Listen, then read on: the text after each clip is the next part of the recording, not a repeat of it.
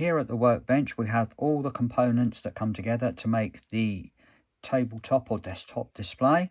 The first piece I will be working on is the 3mm plywood backer that I've cut on my Reno 65W CO2 laser. The first job to do is engrave some basic generic stats on the back of the card, ready for the final piece. So now I'll just move over to the F1 to get this piece engraved. Now over at the Laserdisc, I'm using the xTool F1 with the desktop air purifier so I can safely run this in my home. So I've already transferred the file, so now let's get this file running.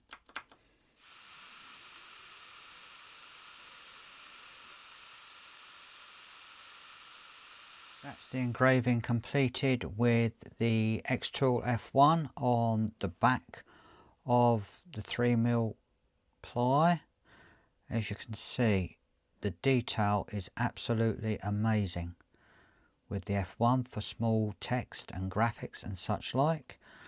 Also on the main part of the display, I've also engraved the same stats so that you don't necessarily have to slide the card out to read the stats on the back of the card. That's those two pieces finished with for the time being, so we'll put those to one side.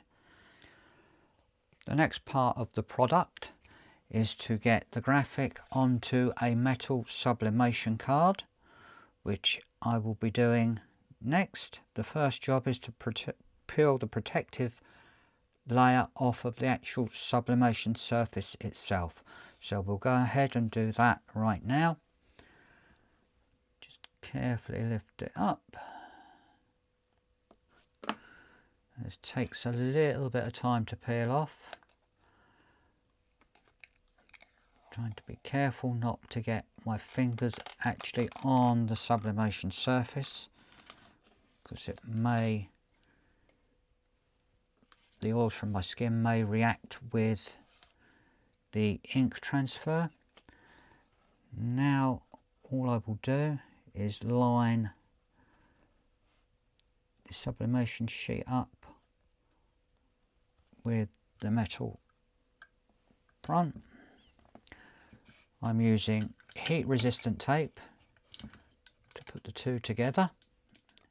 Now this card is now ready for the heat press, which we'll move on to next. The heat press is now ready for sublimating the card.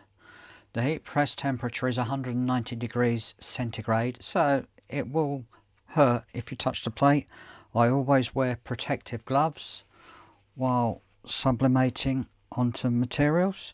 So we'll place the card on the heat press base, cover it with a piece of parchment paper, normal piece of card over the top, slide it into the press, bring the press head down and wait the 55 seconds that it'll take to sublimate the card.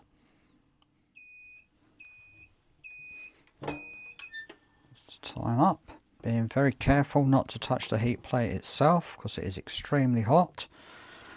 Once I've finished the sublimation, I actually remove the card very carefully because it's extremely hot and place it on a cooling rack to cool down.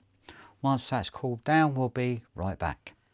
As you can see, the graphic is perfectly sublimated onto the card. It looks absolutely stunning. The detail is spot on. Now the next part of the process is to get this metal sublimation card onto the backer itself. So I'll just prop that up there for a moment, marry them up, get them sitting perfect. A completed card. Just so you are aware, the main part of the stand that the card slides into is made out of 3 layers. We have a backing layer of 3mm, a middle layer of 4mm and a front layer of 3mm.